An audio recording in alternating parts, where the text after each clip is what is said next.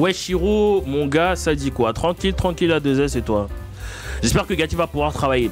Moi je pense pas. Je vous le dis honnêtement, je pense que Galtier au PSG, je pense que ça est voué à l'échec. Après peut-être qu'il va me faire démentir et tant mieux pour les supporters parisiens. Mais pour moi, Galtier au PSG, c'est voué à l'échec. Pourquoi?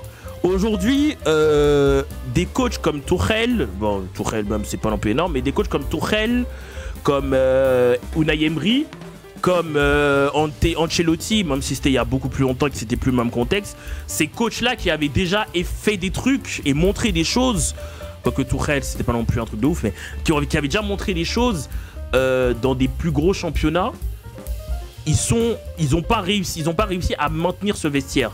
Et c'est Galtier qui va réussir.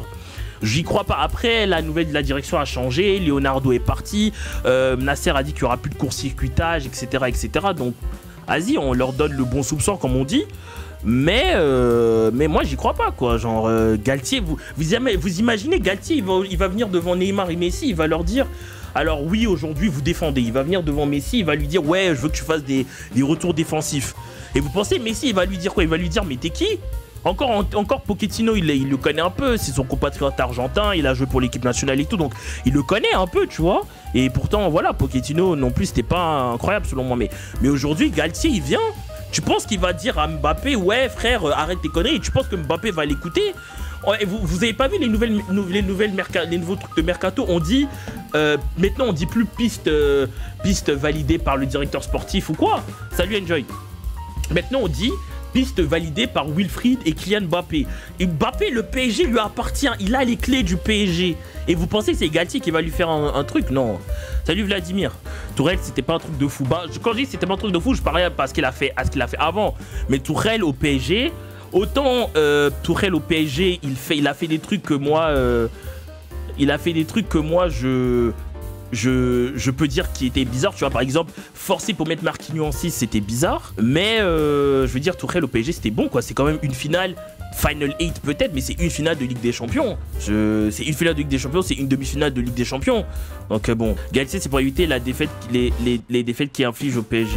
Il faut Marc Evans en coach, sinon rien peut marcher. Moi, je pense que Zidane, justement, en coach, pour le PSG, ça aurait été incroyable. Il faut bien que Galtier porte ses couilles et qu'il met les récalcitrants sur le banc. Bah après, tu vois, ça c'est facile à dire.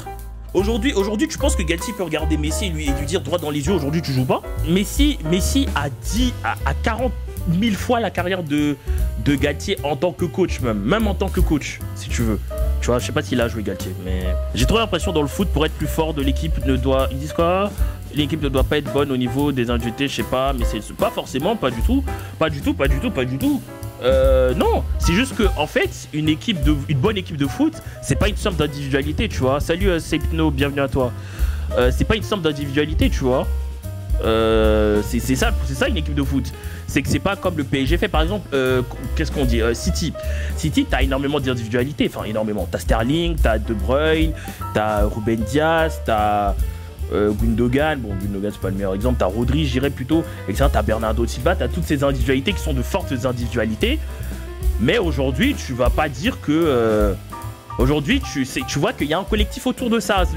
L'important, c'est d'avoir de bonnes individualités qui se font dans un bon collectif. Après, c'est ma vision. Tu penses qu'ils sont les favoris? Je pense qu'ils sont les favoris de la prochaine LDC. D'ailleurs, Paris est un club maudit, mais c'est un club qui n'est pas destiné à gagner la LDC. Les favoris, ben, j'attends de voir le mercato, tu vois. J'attends de voir le mercato. Après, comme d'hab, pour moi, c'est City, tu vois. Pour moi, c'est City, donc... Oui, voilà, si t'as trop de mecs forts avec de l'ego, ça marche pas, alors que le Bayern ou City, il y a des joueurs... Bon, bah, oui, je suis d'accord. Après, le seul club, pour moi, qui arrive à faire une équipe avec énormément de joueurs qui ont de l'ego, c'est le Real de Madrid. Mais après, je l'ai déjà expliqué sur le live d'hier, dans la discussion qu'on a faite hier. Le Real, on peut pas copier le Real. Le Real, et je le dis en tant que Barcelonais, le Real, c'est le plus grand club de l'histoire. C'est le club qui a 14 Ligues des Champions. Tu vois, et c'est pas une honte. Même en tant que Barcelonais, j'ai pas honte de le dire, c'est normal. C'est un club qui a 14 Ligues des Champions. Certaines sont corrompues, mais qui a 14 Ligues des Champions. Donc aujourd'hui, le Real, c'est même plus une institution. C'est une institution plus, si j'ai envie de dire. Donc on peut pas comparer aujourd'hui une équipe au Real de Madrid en termes de palmarès. Donc c'est pour ça que pour moi, à part le Real, aucune équipe de foot ne peut faire ce que le Real fait en termes de recrutement. La défense Araujo Christensen fait bander. Moi je suis plutôt Araujo Koundé, tu vois, pour le coup. Le Real, c'est un club tellement grand que personne ne se croit en vacances, genre, ils sont conscients, oui, bon après c'est un peu de la communication, tu vois. Moi, ça me fait toujours rire vos commentaires quand vous me dites merci pour le follow, Light et Noxert. Ça me fait toujours rire quand on me dit oh Messi il a volé des ballons d'or. Alors autant le dernier ballon d'or qu'il a eu, j'avoue c'est un peu discutable, quoique moi à l'époque j'avais débattu et tout, mais là j'ai la flemme de redébattre, mais pour moi il y a des arguments pour. Mais ce qu'on oublie c'est que le ballon d'or, les gars, c'est pas France Football qui arrive et qui vous dit ah oui, alors le ballon d'or cette année on va le donner à Lionel Messi, on va le donner à Robert Lewandowski. C'est pas comme ça que ça marche les refs. Le ballon d'or, c'est des gens qui votent. C'est des gens qui votent. C'est un journaliste par confédération. C'est des gens qui votent. Donc c'est pas une histoire de corruption, c'est une histoire de les gens votent, c'est tout. Mais c'est ça aussi, c'est vrai, je sais pas, les gens ils disent, en fait les gens ils disent Lewandowski il aurait dû prendre le ballon d'or de Messi en 2021. Et en fait ça, il y a que les anti-Messi qui disent ça. Parce que vous avez jamais regardé un match de Lewandowski en Bundesliga, je le jure.